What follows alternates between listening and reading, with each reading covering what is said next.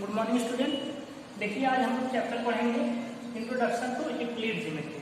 तो इसको समझने से पहले सबसे पहले हम क्या समझेंगे, ये शब्द क्या हमारे पास है, ज्योमेट्री। देखिए ज्योमेट्री हमारा दो ग्रीक शब्दों से मिलकर बना है। कौन कौन सा शब्द है, एक है जियो, ठीक, और दूसरा है मेट्रियन।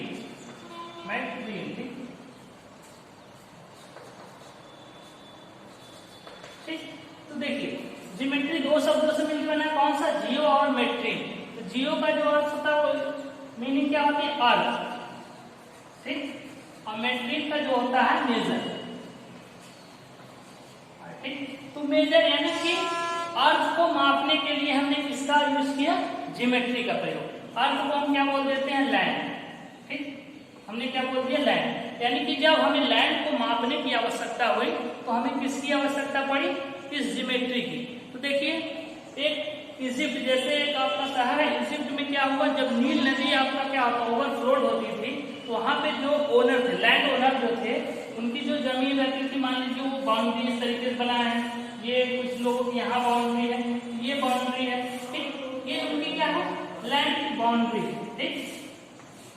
जब यहाँ से पानी आता था क्या करता था, इस बाउंड्री को पूरी तरीके से वो बहा ले जाता था। तो उनको बार बार ये समस्या होने लगी कि जैसे इक्वल उसको कैसे फिर बांटा जाए, यानी कि जितनी बार क्या बाढ़ आती थी उतनी बार उसको बहा ले जाते थे।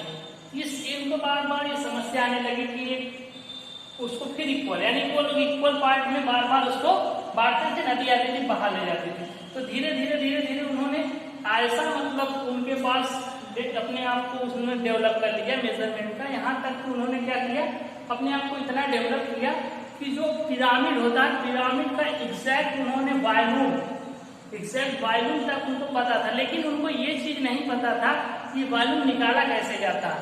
उनको मालूम था कि ये पिरामिड है, इसका वॉल्यूम इतना होगा, लेकिन ये कैसे आया कैसे नहीं। जैसे उनके पास जो मेजरमेंट होती थी वो लेंथ को मेजर करते थे और अपनी जो लैंड होती थी उसको इक्वल पार्ट में डिवाइड कर लेते थे, लेकिन कैसे करते थे, इसका मेजरमेंट क्या, इसका प्रूफ क्या, उनके पास ये चीजें नहीं थी। तो धीरे धीरे जैसे आप देखिए, आइए इंडिया में हमारे यहाँ हड़प्पा सभ्यता 300 BC के पास देखेंगे तो यहाँ पे जो हड़प्पा सभ्यता की सोसाइटी थी, हम लोग क्या बोलते हैं, वो शहरी यानी कि नगरी व्यवस्था थी, वहाँ पे शहरीकरण। वहां पे जो रोड बने थे वो इक्वल यानी कि पैरेलल रोड बने थे। जो वहां पे मकान बने हुए थे वो मकान भी इक्वल बनाए गए थे। उनकी जो खिड़कियां थी यानी कि विंडोज थे वो भी इक्वल बनाए थे। तो यानी कि उनके पास जो पैरेलल लाइन थी यानी उसका भी ज्ञान था आज से 300 BC पहले, ठीक। तो धीरे धीरे ये सारी चीजें हर जगह ऐसे चल रही थी और इन्होंने अपने आप को डेवलप कर लिया था। लेकिन इनको ये नहीं पता था ये मेजरमेंट आते कहाँ से, यानी कि जैसे मेजर तो हम कर रहे हैं लेकिन ये चीजें क्लियर नहीं। और आप जैसे वैदिक काल में जाएंगे तो वहां पे देखेंगे, जैसे आपके पास सीरियल देखते हैं तो वहां पे जो यज्ञ करते थे मुनि लोग, जो यज्ञ करते थे उनका जो यज्ञ बना होता था एकदम एग्जैक्ट इस तरीके से एक सर्किल बनाते थे, उसी को ऊपर एक और सर्किल बनाते थे। यानी कि उनको इस सर्किल का भी क्या था, ज्ञान था। यहाँ बैठ के वो लोग हवन करते थे और कुछ लोग त्रिकोण टाइप में बनाते थे, कुछ लोग स्क्वायर टाइप में बनाते थे। यानी कि उनको इस चीजों को ज्ञान था, लेकिन ये कैसे आया इसका एग्जैक्ट उनके पास ये कोई फार्मूला या प्रूफ नहीं था, ठीक। तो सबसे पहले एक ग्रीक के वैज्ञानिक थे जिनका क्या नाम था, थेल्स, ठीक है। एक ग्रीक के मैथमेटिशियन थे थेल्स। उन्होंने सबसे पहला ज्योमेट्री में जो प्रूफ दिया वो क्या प्रूफ दिया, ये सर्किल है। अगर इस सर्किल का जो डायमीटर है ये क्या करता है, सर्किल को दो पार्टों में डिवाइड करता है। इनका पहला प्रूफ ये था थेल्स का। यानी ज्योमेट्री में जो फर्स्ट प्रूफ आया थेल्स ने दिया, कौन सा, कि कोई सर्किल है आपके पास, कोई सर्किल है, उस सर्किल का डायमीटर क्या करता है, उसको दो पार्टों में बांट देगा, ठीक। इसके बाद पाइथागोरस एक मैथमेटिशियन है, कौन, पाइथागोरस। उन्होंने कुछ प्रमेय दिया, पाइथागोरस थ्योरम दी, कई प्रमेय दिया, ठीक। धीरे धीरे लेकिन इसका कोई एग्जैक्ट मतलब वो कुछ नहीं था। तो इसके बाद एक टीचर थे, मैथ के टीचर थे, उनका क्या नाम था, यूक्लिड। उन्होंने देखा, अपने आसपास देखा ये सारी घटनाएं हो रही हैं, लोग मेजरमेंट कर रहे हैं, ये सारी चीजें बना रहे हैं, तो उन्होंने क्या किया, इस सारी चीजों को कलेक्ट किया। कलेक्ट करने के बाद एक बुक लिखी। कौन क्या लिखी? एक बुक। उस बुक का नाम क्या रखा? एलिमेंट।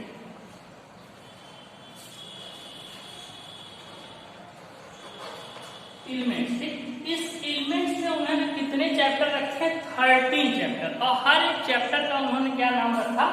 बुक। यानी कि एक एक चैप्टर का नाम उन्होंने क्या रखा? बुक। तो इस एलिमेंट्स में कितने बुक थे? तो आप बताएंगे 13 बुक थे। और उस 13 बुक में उन्होंने क्या किया? उन्होंने सबसे पहले ये बताया कि जैसे ये फिगर है आपके पास, ठीक, ये फिगर है, तो उन्होंने क्या बोला, ये जो होती है इसको क्या बोलते हैं? इसको उन्होंने नाम दिया सरफेस। सरफेस, ठीक, इसको नाम सरफेस दिया। और बोला ये जो लाइन जहां पे एंड होती है इसका नाम उन्होंने क्या बताया? पॉइंट। ठीक, ये किसने बताया? यूक्लिड ने। और कहा कि ये जो इस पॉइंट से इस पॉइंट के बीच जो मेजरमेंट होता है, यानी कि यहां तक, इसको उन्होंने क्या नाम दे दिया? लेंथ। ठीक, लेंथ, इसको उन्होंने क्या बोल दिया? ब्रेथ। ठीक, ये किसने बोला? यूक्लिड ने। ठीक, अब देखिए, लेकिन जैसे क्या यूक्लिड ने जो भी चीजें दी वो प्रूफ नहीं था, वो क्या था? एक यूनिवर्सल प्रूफ। उन्होंने जैसे क्या बोला? एक पॉइंट, जैसे उनका पहला था, a point has no part. ठीक, एक पॉइंट ऐसा होता है जिसका कोई पार्ट नहीं होता। आप देख के बता सकते हैं, इसको प्रूव कर सकते हैं कि इस पॉइंट के पार्ट है। जैसे मान लीजिए हम क्या बोले, ये लाइन खींच देते हैं, ये हम बोलेंगे ये लाइन क्या कर रही है? इस बोर्ड को दो पार्टों में डिवाइड कर रही है, ये तो बता सकते हैं। लेकिन क्या आप इसको बता सकते हैं कि ये पॉइंट इस बोर्ड में कितने पार्ट में? तो आप कहेंगे नहीं, इसको बता नहीं सकते, लेकिन दिख रहा है पॉइंट है। और इसी तरीके से जैसे हम कर दें कि ये देखिए दो पॉइंट है, इस पॉइंट के बीच एक लाइन है। ठीक, तो क्या आप इसको प्रूव कर सकते हैं कि दो पॉइंट के बीच क्या है? एक लाइन है? तो आप प्रूफ नहीं कर सकते, कहेंगे सर ये दिख रहा है कि हाँ दो पॉइंट हमारे पास ए और बी है और इसके बीच एक लाइन है। ठीक, तो ये हुआ। तो धीरे धीरे धीरे धीरे ये सारी चीजें हुई, तो उन्होंने क्या किया? ये जो चीजें दी उसका नाम उन्होंने क्या रखा? एक्सियम। क्या नाम रखा? यूक्लिड ने इसका नाम क्या रखा? एक्सियम। ठीक, एक्सियम। तो एक्सियम ये क्या थे? सारे के सारे एक्सियम जो थे ये सब क्या थे? यूनिवर्सल ट्रूथ थे। यानी कि जो चीजें उनकी, जिसका कोई एग्जैक्ट प्रूफ नहीं था उनके पास, उन्होंने जो चीजें दी, ये इसका नाम क्या था? एक्सियम। और इसी के साथ एक और टर्म आता है जिसका नाम क्या था? पोस्टुलेट। पोस्टुलेट। ठीक, पोस्टुलेट। पोस्टुलेट था एक एक्सियम। एक्सियम और पोस्टुलेट दोनों क्या सेम है? ये सेम नहीं। एक्सियम का प्रयोग आप क्या थ्रू आउट पूरे मैथमेटिक्स में, कोई भी चैप्टर आप पढ़ रहे हैं, ट्रिग्नोमेट्री, सर्किट, मेंसुरेशन, कुछ भी, वहां पे एक्सियम का यूज करेंगे। लेकिन ये जो पोस्टुलेट होता है इसका यूज आप केवल और केवल कहाँ करेंगे? ज्योमेट्री में करेंगे। ठीक, तो ये जो एक्सियम होते हैं और ये पोस्टुलेट क्या होते हैं? ये साथ दोनों क्या होते हैं? दोनों यूनिवर्सल ट्रूथ होते हैं। ठीक, ये किसने दिया? यूक्लिड ने। ठीक, देखिए उनके क्या कुछ उन्होंने पोस्टुलेट दिए, कुछ एक्सियम दिए, कुछ पोस्टुलेट। तो आइए देखते हैं क्या क्या उनके एक्सियम थे, क्या पोस्टुलेट थे। ठीक,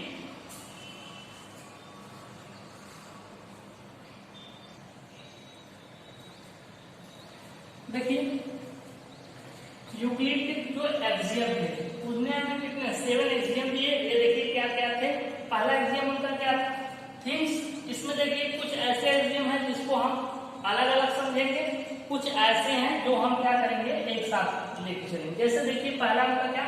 things which are equal to the same things are equal to one another. यानी कि दो ऐसी वस्तुएं जो एक दूसरे के इक्वल हो और वो दूसरी जो किसी और के इक्वल हो, तो ये दोनों आपस में इक्वल हो जाए। जैसे क्या है? हमने लिया आपके पास इस तरीके से, जैसे हमने क्या लिया? ये एक स्क्वायर लिया, इसका एरिया कितना हमने लिया? 4 मीटर स्क्वायर। ठीक, इसका एरिया कितना? 4 मीटर स्क्वायर। और एक ट्रायंगल लिए। ठीक, ये ट्रायंगल, इसका एरिया भी कितना है? 4 मीटर स्क्वायर। ठीक, अगर ये दोनों आपस में इक्वल हैं और ये ट्रायंगल क्या है? ये आपस में इक्वल है, और ये ट्रायंगल किसी तीसरे यानी कि सर्किल है, इस सर्किल का एरिया कितना 4 मीटर स्क्वायर यानी इसके इक्वल है। तो हम कहें कि ये जो है इसके, तो हम कहेंगे पहले पोस्टुलेट से हम कहेंगे ये क्या हो जाएगा, ये आपस में इक्वल हो जाएंगे। समझ रहे हैं? पहला पोस्टुलेट हमारा क्या कह रहा है कि दो थिंग्स हैं आपस में, ये दोनों आपस में इक्वल है और ये दोनों आपस में इक्वल है, तो ये और ये भी आपस में क्या हो जाएंगी, इक्वल हो जाएंगे। इसी तरीके से आप कुछ और ले सकते हैं, जैसे आप कोई रेक्टेंगल ले लीजिए, ये रेक्टेंगल ले लीजिए, मान रेक्टेंगल के एरिया मान लीजिए 10 मीटर स्क्वायर है, ये किसके इक्वल है, कोई आपके पास ये है, ठीक, इसका भी 10 मीटर स्क्वायर है, ठीक, इस तरीके से। और ये किसके इक्वल है, इस तरीके से ले लीजिए, ये इसका भी 10 मीटर स्क्वायर है, तो ये दोनों आपस में क्या हो जाएंगे, इक्वल। तो यानी कि पहला कहने का मतलब है कि अगर दो चीजें आपस में इक्वल है और ये दोनों आपस में इक्वल है, तो ये दोनों भी आपस में इक्वल, जैसे ये और ये आपस में इक्वल है और ये आपस में, ये और ये दोनों आपस में इक्वल हो जाएंगे। ये आपका फर्स्ट पार्ट था, ठीक। तो इस तरीके से सेकंड देखिए,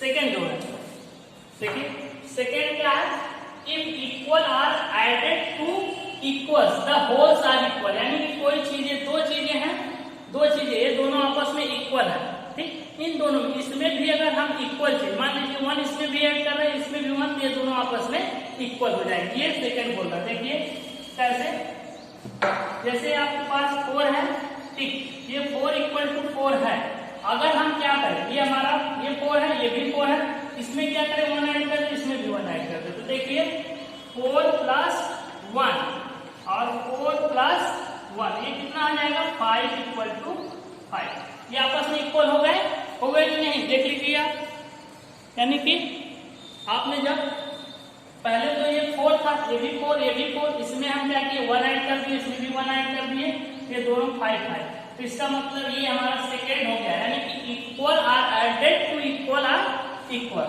यानी कि ये दोनों आपस में इक्वल थे, इसमें 1 ऐड किए, तो जो हमारा आंसर आएगा वो भी इक्वल आएगा, ठीक। सेम इसी तरीके से थर्ड देखिए, थर्ड वाला क्या, इफ इक्वल आप सब्ट्रैक्टेड, अब ये हमारे इक्वल है, दोनों इक्वल है, ठीक, ये और ये इक्वल है, इसमें से अगर जितना हम सब्ट्रैक्ट कर रहे हैं उतना इसमें से भी सब्ट्रैक्ट करें तो जो हमारा आंसर आएगा वो भी क्या होगा, इक्वल। जैसे यही है, मान लीजिए 4 है, इसमें से कोई चीज हम सब्ट्रैक्ट 4 माइनस 1 कर दे रहे हैं, इसमें भी 4 माइनस 1, तो देखिए कितना 3 इक्वल टू 3, तो यानी कि आपका थर्ड पार्ट भी हो गया कि इक्वल अगर हम किसी दो इक्वल में से, ये हमारे पास दो इक्वल है, इन दोनों में से हम अगर कोई इसमें भी कुछ माइनस कर दे, इसमें से भी कुछ माइनस कर दे, तो हमारा क्या होगा, जो आंसर आएगा वो इक्वल आएगा। ये हमारा कौन बोल रहा है, थर्ड एग्जाम, ठीक। इसी तरीके से फोर्थ एग्जाम क्या बोल रहा है, ठीक, फोर्थ एग्जाम ये 6 वाले बातें हैं, इसी आंसर से things which are double of the same things are equal to another, जैसे हमारे पास दो चीजें हम लिए, ये दोनों आपस में इक्वल है, इसमें जितने से हम मल्टीप्लाई करें जिस संख्या से उतना इसमें भी मल्टीप्लाई कर दे, तो जो हमारा आंसर आएगा वो क्या आएगा, इक्वल आएगा। देखिए जैसे हमारे पास 4 है, यहाँ देखिए 4 है, यहाँ भी 4 है, दोनों आपस में इक्वल है, यहाँ हम क्या करते हैं 4 इंटू 2 करा देते हैं, और यहाँ भी 4 इंटू 2, तो देखिए इसका आंसर 4 2 जा 8 इक्वल टू 8, ये आपस में इक्वल आया कि नहीं, ये हमारा कौन सा बोल रहा था 6, ठीक। इस तरीके से आपका ये 6 हुआ।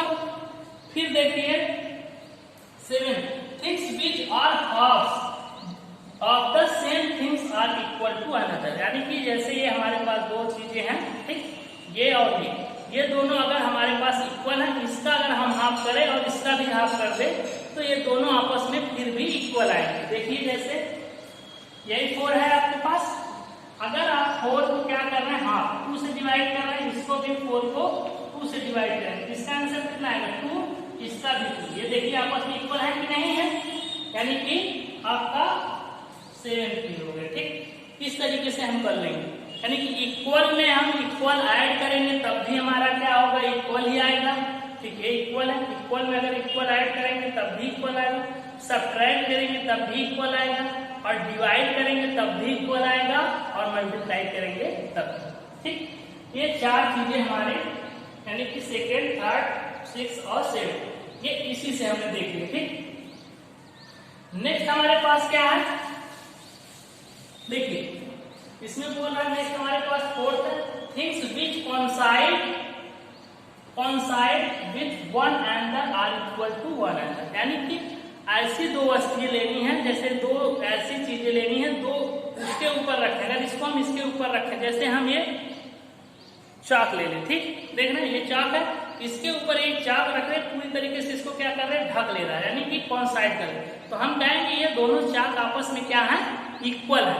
जैसे आप कॉइन ले लीजिए, 1 का कॉइन ले लीजिए, जैसे आपके पास मान लीजिए 1 का कॉइन है, ये भी क्या है ₹1 और ये भी ₹1 है। जब आप इसको उठा के इसके ऊपर रख देंगे, पूरी तरीके से इसको क्या कर ले रहे हैं, ढक ले रहा है, तो हम कहेंगे कि ये जो दोनों है ये आपस में क्या है, इक्वल है। ये हमारा कौन सा बोल रहा है, फोर्थ पार्ट बोल रहा है, ठीक, फोर्थ एक्सियम। ठीक, इसके बाद नेक्स्ट आते हैं जो लास्ट हमारे पास है, ठीक, the whole are greater than the part, यानी कि कोई चीज है होल, जैसे हमारे पास,